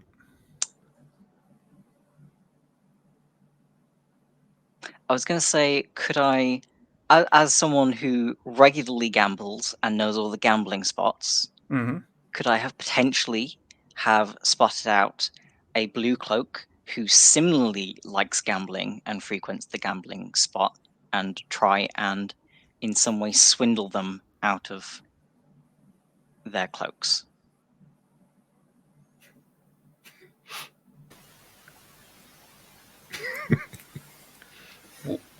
Why would they? It's a valid question. Not stepping on your player imagination, but why would they bet their cloaks? You do crazy things when you need a gambling fix, Matt. But they're battered, shitty old cloaks. Yeah, fair enough. And also, they'd know who you were. Yeah, that's true. But if you want, it just seems. And why would you have done this before you knew that you? You know what I mean? That's why the flashback doesn't really work for me. Yeah, but that's true. I think I was thinking of. Yeah, I don't want like a rig with action rolls and stuff. All I want from you guys is how are you getting the cloaks, and then we can do an engagement roll. Go on. I have I have a drug that I can use, which puts people into a suggestible mental state. Perhaps I could drug a blue cloak and just say, "Hey, give me." Presumably, they have more than one. Maybe they only have one cloak each. I don't know. But just drug one and get him to give me his cloak and convince him to do that. Sure. Okay, that seems as good a thing as any. So why don't we start building towards this? Also, folks, what I'm going to need you to do is decide on what load you're taking in with you.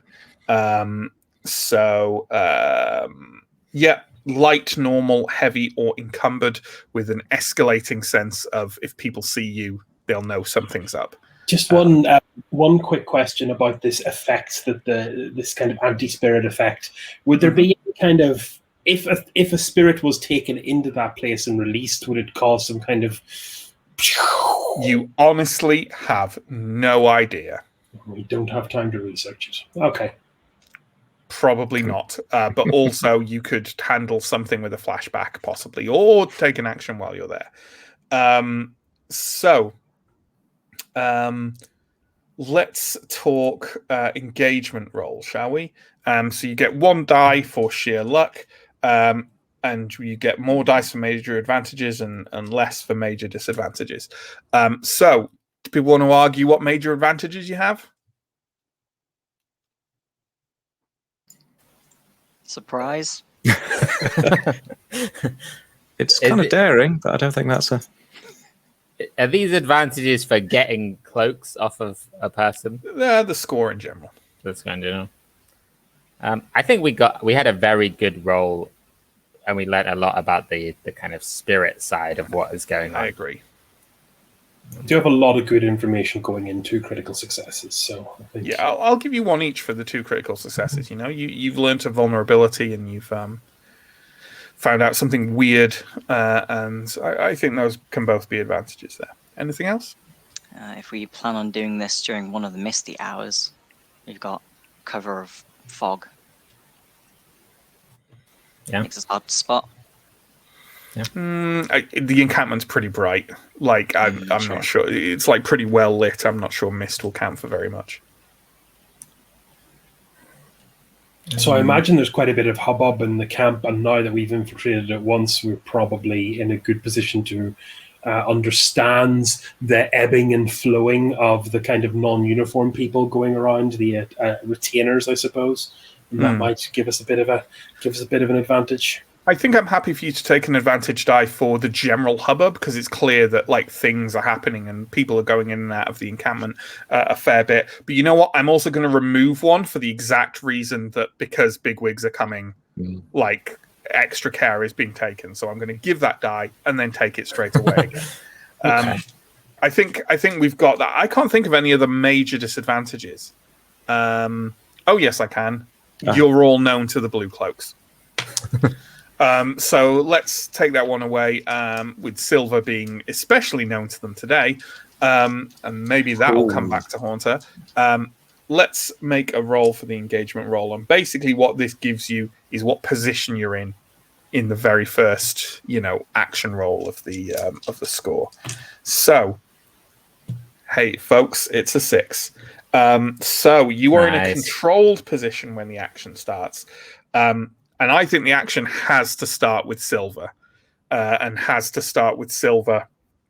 You know what? You tell me how you got this blue cloak to drink. Did you offer them like a swig from a flask or something? What are we doing here? I think presumably the blue cloaks are going to drink at a bar like relatively nearby. Okay, so one who's like off duty. Yeah. Yeah, and I'll just go and maybe like distract him a little bit. Like, hey, look at my new cloak. I just bought this the other day. It's fancy. And then like as I'm doing that, I'll just slip some trance powder into his drink and get him very suggestible. Well, the first thing to do, does trance powder take up load? It takes up 0 load, which is very helpful. So that's good then. So you tell me then what action roll you're making to dose this poor unfortunate blue cloak with your trance powder. I guess between finesse, probably finesse. It probably has to be finesse. You're being sneaky about it rather than sort of. Yeah, sure. I think that's a very reasonable pick. So that's going to have good effect. Is anyone helping Silver do this in the tavern via any means, or are you pushing it? I'm not thinking a devil's bargain yet. So anything like that? I think I will push it. It seems. It is the first roll of the score, so it seems like it might be a good idea. Okay, so take yourself 2 stress and add a die to the roll. Okay. Or you could add to the effect, but you probably don't need to. I think I'll add to the roll. Yeah. Stress. Already on a lot of stress. Okay. I'll roll.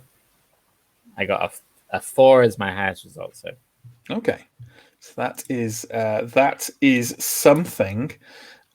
So that's a success. So yeah. You're in a controlled situation. Yeah.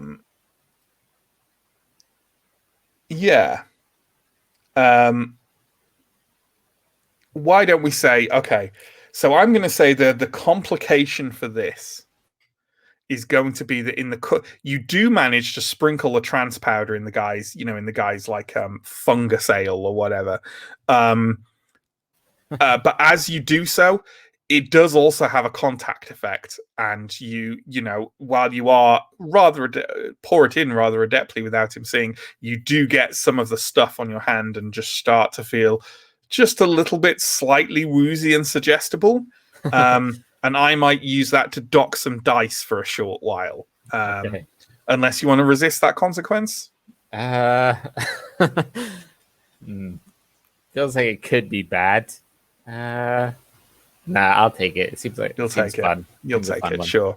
While you're doing that, this guy's deep in his cups now, and the trans powder is really working. And as you're like talking about, your lovely silver cloak, he's kind of like blinking and looking at it like, it's a really good cloak. Thank you very much. I'm very proud of it, as you can tell. But I really love your cloak as well. No, it's nowhere near as good. He's kind of flapping it just vaguely. A couple of people in the tavern are kind of this is great. Looking over at this slightly bizarre behavior. Well, I must say I'm very impressed by it. Do you have any more of those around? I would love to. Could I take a look, perhaps?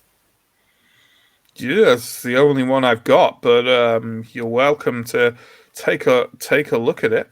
He kind of unbuckles it from around his neck and passes it over to you. I will take it and just mime kind of admiring this cloak in front of him. Wow, this really is something special. The craftsmanship on this is just wonderful.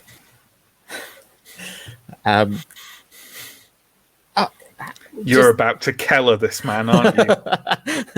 I learn from the best. Just one second. I think I've just seen my friend outside. I'll be right back. Just one moment. No, take as long as you need. He's kind of, just waving, slightly, quite inebriated. And you walk out of the tavern holding the blue cloak's cloak. Absolutely.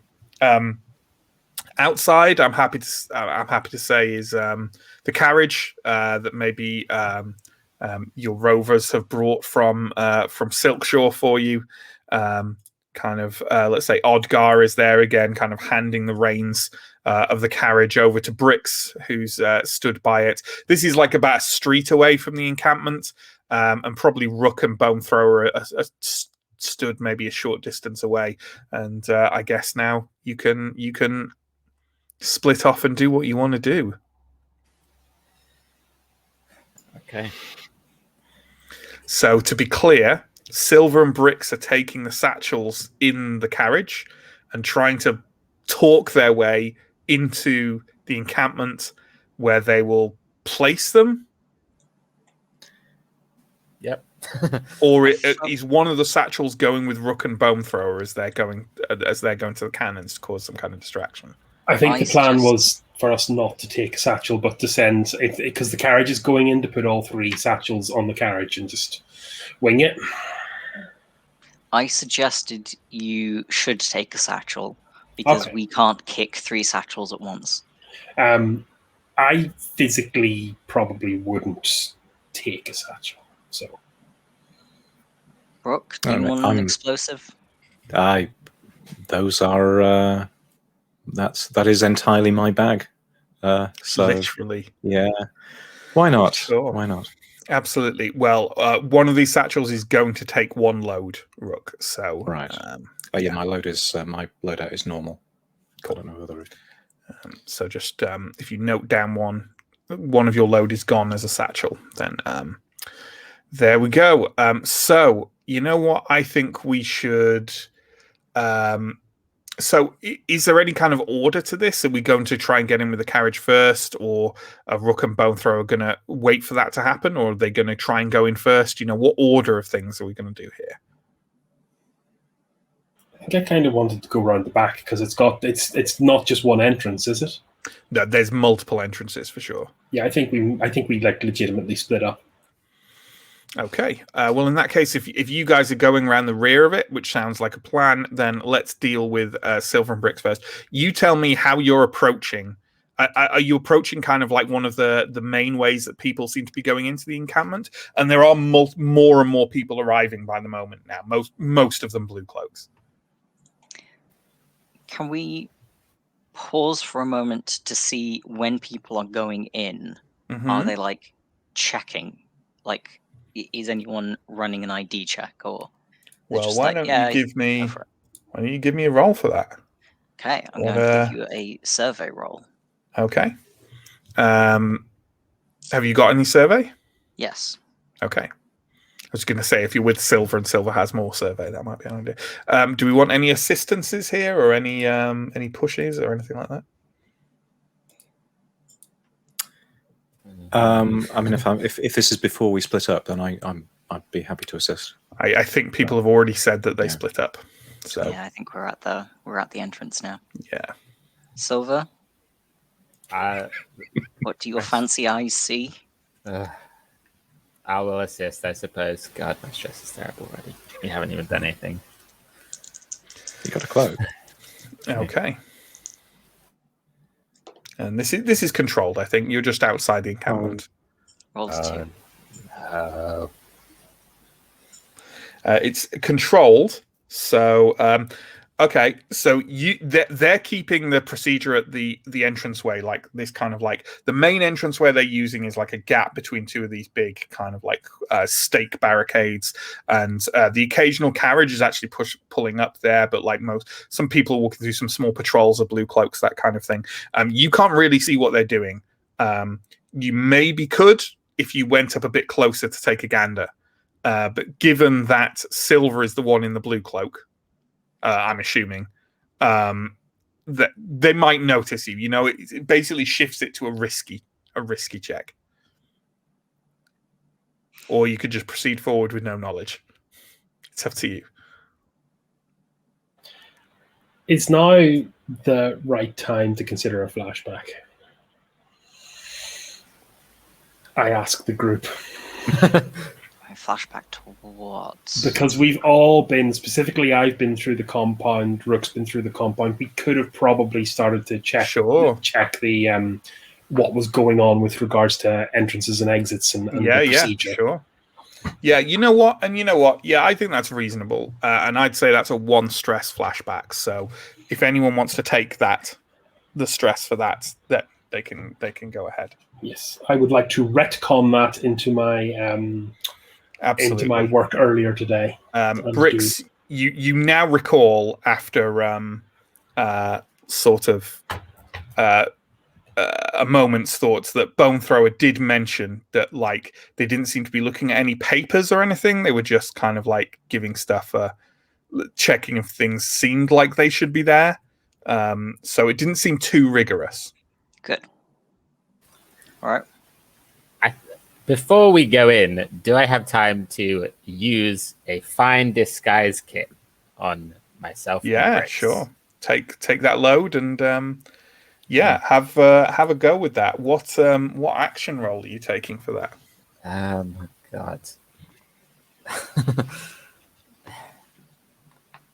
To apply a disguise. Mm-hmm. Finesse? Maybe. I think finesse is a decent choice. Okay. Yeah. Okay. I'm going to assist.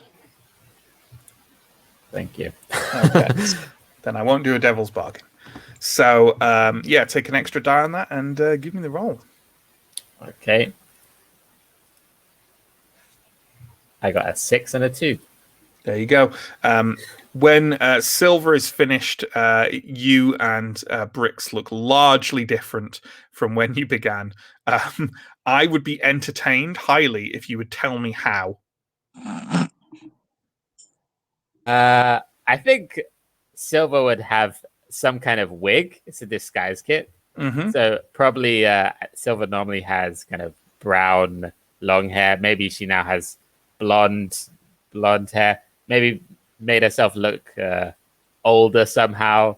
Some like fake wrinkles, or like just somehow try to make herself look a little older, just very different. Bricks, I feel like Bricks would only let Silver do certain things as part of a disguise to him. I'm imagining a big fake beard. I don't know about you. I would go for a big fake beard. Yeah. Okay. I think also, like, because normally he has the undercut that like shows the scarred half, which is quite distinctive. I think he's got now like an embarrassing comb over style thing from the other Sure. side. Yeah. Silver is very apologetic as she's applying this to Bricks, just in case. Fair enough. Well, while you're doing that in the carriage, or presumably in the carriage, or at least behind the carriage, out of the view of the guards, why don't we cut to the rear of the encampment, where Rook and Bone Thrower are wandering in the shadows and darkness of the night there, as opposed to the shadows and darkness of the day, as we have in Duskwall. So what's your plan to sneak inside here? Like, are you doing that kind of Metal Gear Solid thing of trying to avoid the patrols? Are you, what are we going for here? Yeah, I think that's my play. It sounds, it sounds the most likely, I think, from my point of view. We can't keep stacking up distractions on distractions, so...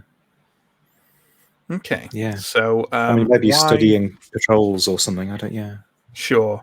Do you want to do try and creep inside as a group action, or do you want to kind of do it individually? Like, first off, what are you rolling? From what you're describing, it sounds like prowl, but you can use whatever you like. I'm definitely prowling. If you have a different strategy, Rook, then 100%. We can go in separately. Yes, I'm not really set up for prowling.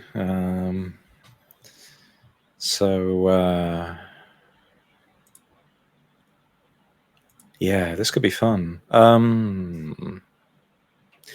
mean, maybe if I'm able to survey the paths of the guards and timings, then that might allow me to... I think it has less effect, but it's still a reasonable roll. So what I'm hearing is we're going for separate rolls, because you could still do a group roll of prowl. If you have nothing in something, you just have to roll 2 dice and take the worst.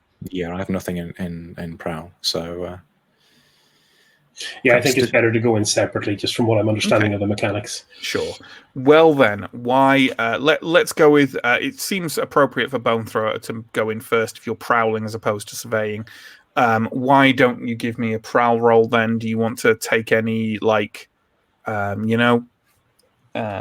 sort of? In fact, you know what? I will offer you a devil's bargain. And the devil's bargain, Chris, is that you can get an extra die if you want me to start a clock. And clocks in this are fairly important. You're not going to tell me what kind of clock, I imagine. Nope. Oh, do you know what? I have 2 dots in prowl. I'm going to turn you down, sir. Does that unless that gives me a demerit? No, nothing. It just means you don't get an extra die for it. Yeah, Justin will be upset. That's all, I think. Justin and Pierre are both big proponents of always accepting devil's bargains. Yeah. And look at them now. Here we go. Oh, 2 3s. Uh-oh. So that was a risky situation you were in. So you know what? Let's have Rook make his roll before we deal with the consequences of that, I think. Right. Well, I'll be, trying to calculate the guards' routes and timings and so on. So I'll be using survey. And I think I'll probably take some stress on this as well. Sure, so to push is it yourself. 2 points of stress? Yeah. 2 points of stress to push yourself for an extra die, yeah. Okay. Let's see how this goes. 1, 3, and 6. Okay, then. Rook, with some careful observation and kind of lurking in the shadows for a while, keeping your eyes peeled on the movement of the patrols, you notice that some of them basically leave an entrance more or less open for about 10 seconds at a time on quite a regular basis. And you kind of manage to worm your way in at that point, just kind of keeping as close to the shadows as possible. You quite quickly find that little conglomeration of tents that Bone Thrower was in among earlier, and you kind of nip into them, into a kind of like a tent alleyway, as it were, between them, filled with barrels and crates. And as you do so, you kind of find yourself in quite a decent little secreted position there, and you look across the way to where you can see Bone Thrower kind of tucked up against a set of barrels with a patrol just kind of about to walk around the barrels and perhaps discover him. Chris, you are in a desperate position. Potentially about to be discovered by a patrol. What are you going to do? I.e., what action roll are you going to make to try and escape this situation? I don't get a demerit from trying Prowl again. No. I am kind of tempted by doing a sway. Sure. Yeah. Trying to, flag my way out of it. Flag your way out of it. Yeah. For the sake of just doing it, though. Or there's even survey. Maybe I recall a surreptitious escape from the situation from my going around the place earlier. Yeah, sure. Oh, decisions. In the interest of drama, I'm going to attempt a. So the power or the effect of my action is better when it matches the action better. So I think Prowl is the best. The effect is better, but I think those are all options where I wouldn't say it's dog shit. But Prowl is the one that leaps out, but by the same token, whatever you want. Prowl is 2 dice. Prowl leaps out. Let's see if I can just try and squeeze myself away. And get away. Am I able to assist by maybe throwing a stone or something? I'm happy for you to assist for a stress. I'm also going to offer Chris a devil's bargain in return for starting a clock. But I get 3 dice on this roll now. Sure. I'm going to turn you down again. I'll get you in the end. He's going to get me in the end, but it's not this end. Sure. 3 if you just taking the assist. Yeah. Rook, what are you just doing that kind of throwing a stone or? Yeah, just something to cause a momentary distraction, get them to turn the other way for a moment. Kind of a scrap of stone from on the dirty white sort of flagstones under your feet, and managed to lob it towards the patrolling blue cloaks who are just kind of nattering to each other, essentially. Don't seem to be particularly focused on their task. Chris, how'd the roll go? 2, 3, and a 5. Well, that's something. Could you also log an XP on your what's Prowess. Prowl under prowess tracker, please, for making a desperate roll on that.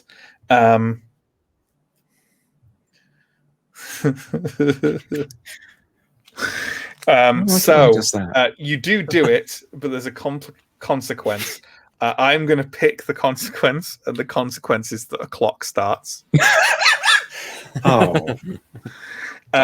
You could resist that. You could resist it. You can try and resist it. It'll probably cost you some stress. What's the is there a set strat cost for this, or do you make it up?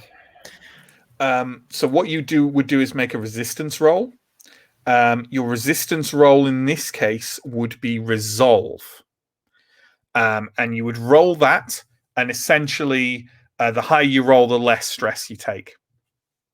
Damn it, Matt! I'm resisting. Okay, then I'm reducing how many ticks the clock gets. But yeah, it's still started. So there's no point in me rolling then, is it? Yeah. You roll for the stress. Okay, perfect. So The stress it costs. So whatever your resolve is, which 2. Which is 2, roll that and tell me the highest result. A 5. Then you only take 1 stress from the resistance. Clock has started, Well, then but it's less ticks than if you hadn't resisted okay. on the clock. We're in. You duck around those barrels.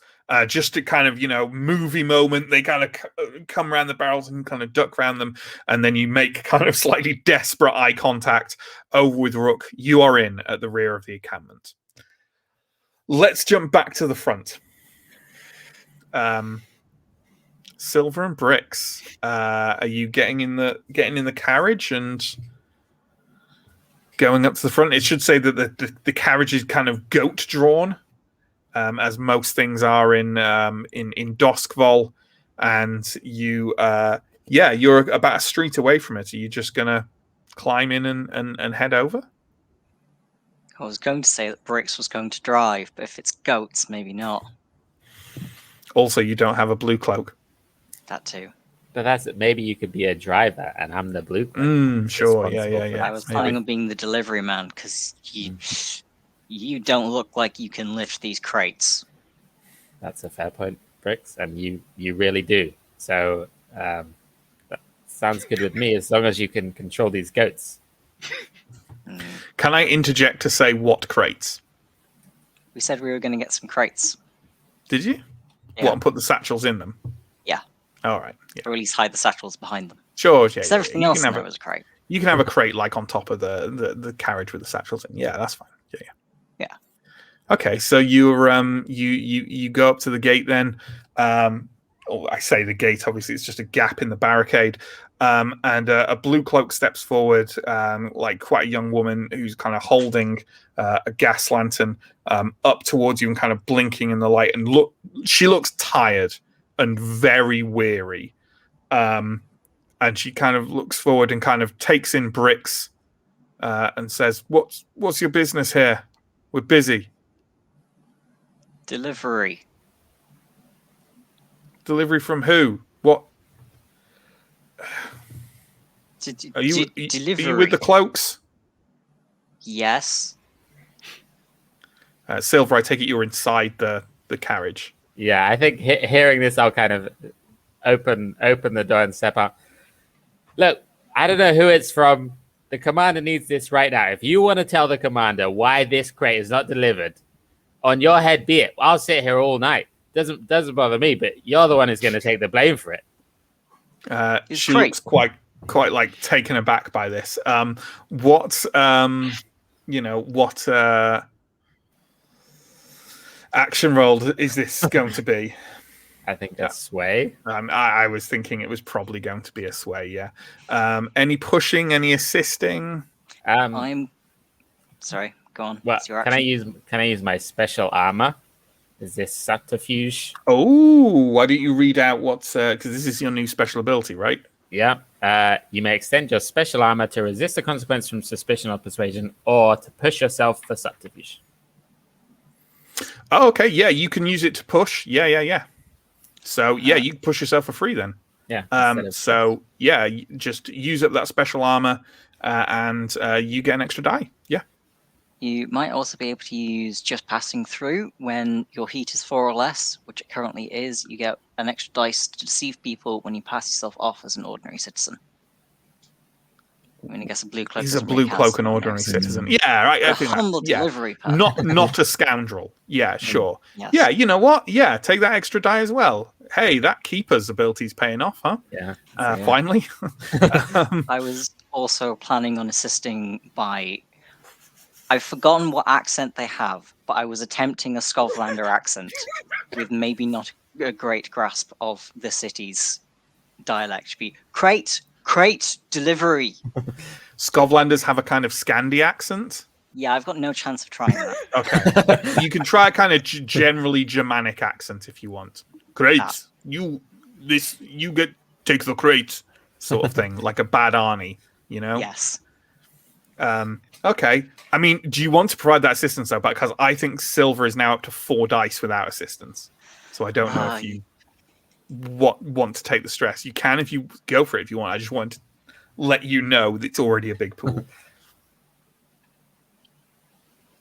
No, probably not. I'm already fairly stressed. Okay. Screw you then, Silver. You're doing it without help. So I'm still going to be shouting. I'm just not doing it to Sure. be helpful. Yeah. So why don't you go ahead and roll that 4 dice way? Okay. I got a 6. I got 1 6 as my best result. Nice. The young woman kind of looks a bit browbeaten by this and says, all right, yeah, okay, yes. He's kind of talking over you and saying, all right, yeah, go on in. Just make sure he doesn't get up to anything. And gestures at Bricks. I'll keep an eye on him. He'll be no trouble. We'll be leaving here as soon as we can. Don't worry about it. I've seen that beard before. Is delivery. She waves you over to clearly where you can see some other people kind of like unloading a cart that's come in recently. So there's clearly an area that's kind of designated for delivery that's quite near this entrance gap, you know. So not too kind of deep into the camp. And as you kind of round the carriage there and pull it up, you can see over, like, you hear like cracks of rifles starting, and you can see that like some kind of demonstration is taking place. You can see the blue cloak captain with the neat beard and the prosthetic arm is stood next to the odd gentleman in the old-fashioned clothes. But there's a couple of other what look like city officials, dignitaries, even just some nobles kind of stood around in a little group, looking at a line of blue cloaks who are firing off these rather advanced-looking rifles very fast into a load of targets across the way. Don't like that. No, me neither. Good job with the guard, though. Scotland accent. I didn't know you had it in you, Bricks. Nor did I. Can't even remember what they sound like, to be honest. Well, I was very convinced. I can't remember what they sound like, and you know, even if someone told you, you wouldn't bother. I tried. I'm really bad at accents. I don't think anyone's noticed that Brooks is supposed to be vaguely Brummy throughout this entire campaign. I certainly have not. No, you haven't, because I can't do accents. So in what way have you tried to make Bricks vaguely Brummy? I'm not even going over it. Just like just a love for meatballs, or no? Okay. Can I take a flashback to when I agreed to do this show? You can't retcon stuff that's happened. Sorry. No. True. All right. So you're now in the encampment. Let's cut back to Rook and Bone Thrower, nestled between these tents at the rear of the camp. You've now heard these rifles going off as well, but like amongst that, there's just a lot of blue cloaks roaming around where you are. They're in the tents. They're like sat at like some of them are sat on barrels or crates, and some of them patrolling around. But when there's not the crack of rifles being fired, there's just like a general murmuring. The blue cloaks seem fairly relaxed. Again, there's so many of them that they can't imagine someone trying something in all this. So, you are moderately near where the cannons are. You're also moderately near the rifle range, although there's a lot of people on that right now. What's the plan? That's a great question. I guess I'll be wanting to try and figure out whether the cannons are, whether there's many people there at the moment, whether they're sort of in use, or whether... You can see the area from like peeking out among the barrels and crates where you are. There are a couple of people there, but not too many. Most of the people are focused on the firing range right now. It's now or never. God, I hate this. This is stressful. Well, I guess I'm gonna have to creep over. I guess my intention is to. So one question: if one of the electric generators on one of these cannons blows up, would that be enough to trigger the satchel? Perhaps if you rigged the satchel to the generator, yes. Okay. Okay, that might be in my But wheelhouse. you could also set off the satchel by kicking it. Yeah.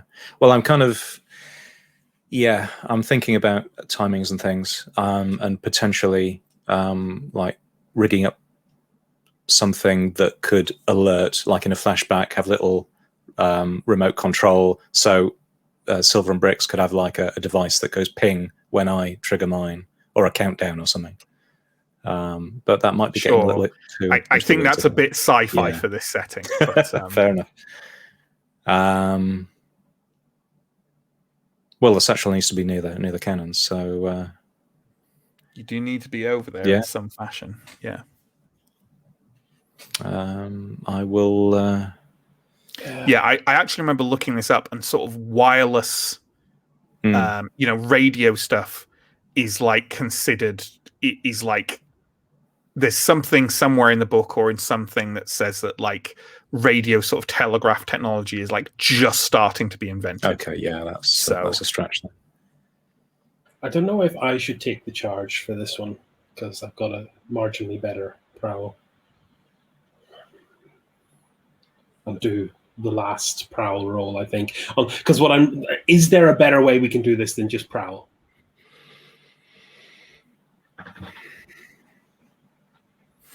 Sorry, is this to get to the cannons? I think, can we do... You don't need to roll to get to the cannons. Prowl? Okay, you so don't need to roll. Okay, right.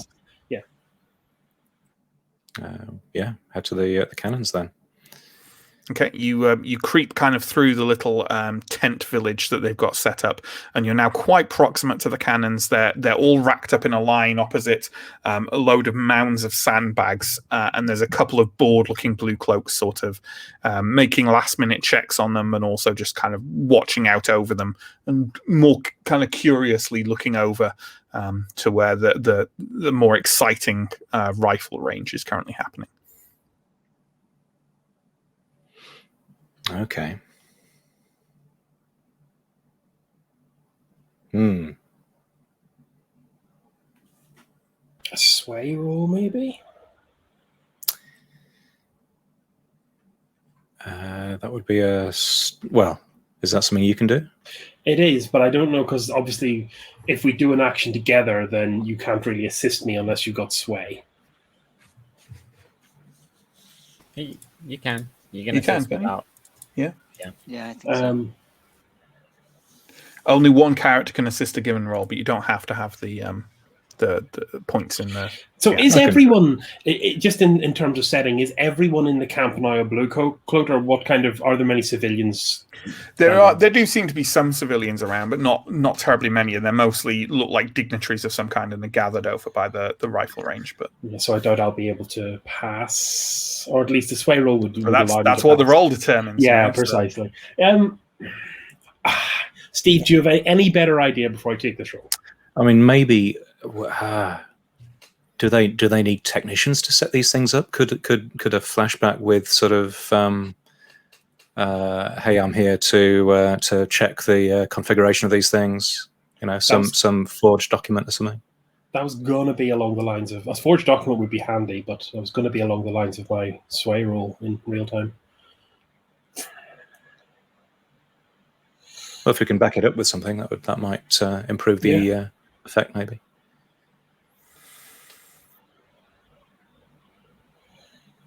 Sure. I mean, what specifically do you want to do? Not just a but like, what is the document that says I am here to this specific encampment to fix this specific thing for these specific people? You know what I mean? Like what forged document? Well, presumably these cannons they're going to have some sort of technical. They'll have been delivered from like a company manufacturer. Or a factory? Yes, sure. So company. So rep, maybe that sort of thing. an official of those of those that company. I think That's a big ask, I think, because Yeah. like you didn't ask what those like. This is the first time you've been near the cannons. I think the sway So like, roll is how a would better. you know who the company is? If you see what I mean, like, yeah. I think the sway roll might be the better option. Like, I think the documentation, but no, the flashback would help the sway roll. Okay. Like, you don't just get somewhere by doing a flashback. You have to. I'm happy for there to be a flashback, not to get documentation, but for Bone Thrower, who did infiltrate the camp, to have seen what the name listed for the manufacturers are on the side of the cannons, and therefore at least be able to say, I'm from, you know? How do we feel about that? Yeah. Okay. I think that is a 1 stress flashback for Bone Thrower. So if you want to take a stress there, and I am going to increase the effect of your sway roll as a result. So you've got a better chance of it, taking you further. I'm also like, for a start, are we going to have any assistance? Like, I could imagine maybe Rook's assistance is to walk along behind Bone Thrower and like wave a bag of tools at the appropriate moment, sort of thing. Do we want to take that? Yeah, I'm happy to. Yeah, I'll assist. Yeah. Okay. In that case, that's going to be a 1 stress for Rook, and Okay. also, Chris, I'm offering you a devil's bargain, and the devil's bargain is that there's going to be ticks on this clock. Do you know what? You have found my price. The price is that you don't have many points in sway. Exactly. So that's your normal sway with an assistance of 1 die from Steve and with a die from the devil's bargain. 3 dice. I hope it's nice. 4, 3, 6. Beautiful. Yeah. So you tell me how you do that. I want you to role play this out. There is a bored-looking blue cloak, sort of a man definitely past his prime, clearly assigned to looking after the cannons because the more interesting stuff is happening at the rifle range. He's leant against one cannon, kind of picking his nose in a very, very, he's digging for gold. So, Chris, the name of the manufacturer of this is Skurlock Munitions. Okay. I think my demeanor will shift quite a bit. I'll take on much more kind of official. I'll still have my hood on, but a lot of people wear hoods. It's fine. Yeah. And I'll kind of approach, kind of indicating that Rook should stay lockstep and go to the guards. Kind of, did you complete the final phase variance calculations? Have you reconnected the capacitance flux? What? I'm from the name Scormac Munitions. Skurlock. Skurlock Munitions. I'm from Skurlock Munitions. There's some final tuning we need to do just on some of these systems to make sure they're going to fire correctly. This is my and I'll Rook, are you kind of... Yeah, so I'll have brought my my fine tinkering tools with me. So that's a I'll load, be I doing those. imagine. Yes, it is. Yeah. He kind of looks at Bone Thrower and then looks to Rook and goes, "I don't know how any of this works." Fortunately, we do. It will take us 2 minutes. Did you say Skurlock Munitions? Yes. You work for Lord Skurlock. We work for his munitions company. You could do anything you want. Yeah. Don't tell him I was a problem. Not at all. Thank you for your assistance. He kind of wanders off and talks to the other blue cloak who is kind of checking them all, who kind of looks over at you and kind of looks back at him, and you see him mouth, even kind of, it's a fairly well lit encampment, and you can see him mouth to the other blue cloak, who seems a bit more with it at least, but you see him mouth, and the other guy goes, and they just kind of walk away and kind of have their back to you and keep looking over like they don't want to get in your way. Okay, Rook. The magic is in your hands. The magic is indeed in your hands, and the magic is at the end of the session, folks. I think we'll wrap up the stream there, mid-score, of course. So it could be exciting if Pierre just didn't come up. We'll figure it out. We'll figure out a way to do this. Maybe we'll have a 6-person, 6-group stream next week. If anyone's got any questions or comments, pop them in the chat for us. And in the meantime, I'll do a wee bit of promo. There's a bunch of links down below. Twitch and YouTube. You're watching on one. Why not check out the other? We run 3 weekly series at the moment. Mondays are Call of Cthulhu, Tuesdays is Blades in the Dark, and Wednesday is going to be back to Simbroom tomorrow, our flagship show. We're starting off Throne of Thorns. Please join us for that. Each of those streams starts at 8 o'clock in the evening BST. We also run monthly one-shots on the first Saturday of every month. The next one of those is this Saturday, and that's going to be One Ring, which is a Lord of the Rings roleplay system, also from Free League nowadays. And I'm going to be running a story adapted from Lord of the Rings Online. That starts at 3 o'clock in the afternoon this Saturday. We'd love for you to join us for that, please. Yeah, we also run a fortnightly thing over on the Free League Twitch, which is wrapping up not this Sunday, but the Sunday after. Yeah, stuff. We've got a Discord and Patreon and stuff. Yep. How did the new people find Blades in the Dark? It takes a bit of adjusting to, doesn't it? It does, yeah. It's good, but it's really good fun. But there's that kind of, and we had it as a group the first time we all played as well. There's that kind of like haltingness of like how it's this weird thing of feeling like you're on tracks, even though you're making all the decisions, because everything is just kind of funneled in this like direction of action rolls, but you have the choice of how to engage with that. I kind of like how sometimes the role precedes the role play, so you know you can go in with confidence and build the scenario. Of how it goes down and how it like that last run, for instance. You knew you'd succeeded, so you could go in and kind of be like, "Oh, we're here, get out of here. We're sorting this out," and it didn't blow up in your face. So yeah. Well, hopefully it will blow up in our face. Yeah, well, exactly. Not in your face. Oh, that was good. General vicinity, but not too close general vicinity. All right, folks, I don't think we've got any comments or questions this time around. So thank you to everyone for watching. Thank you to my extra players, including our 2 guest stars, Chris and Steve.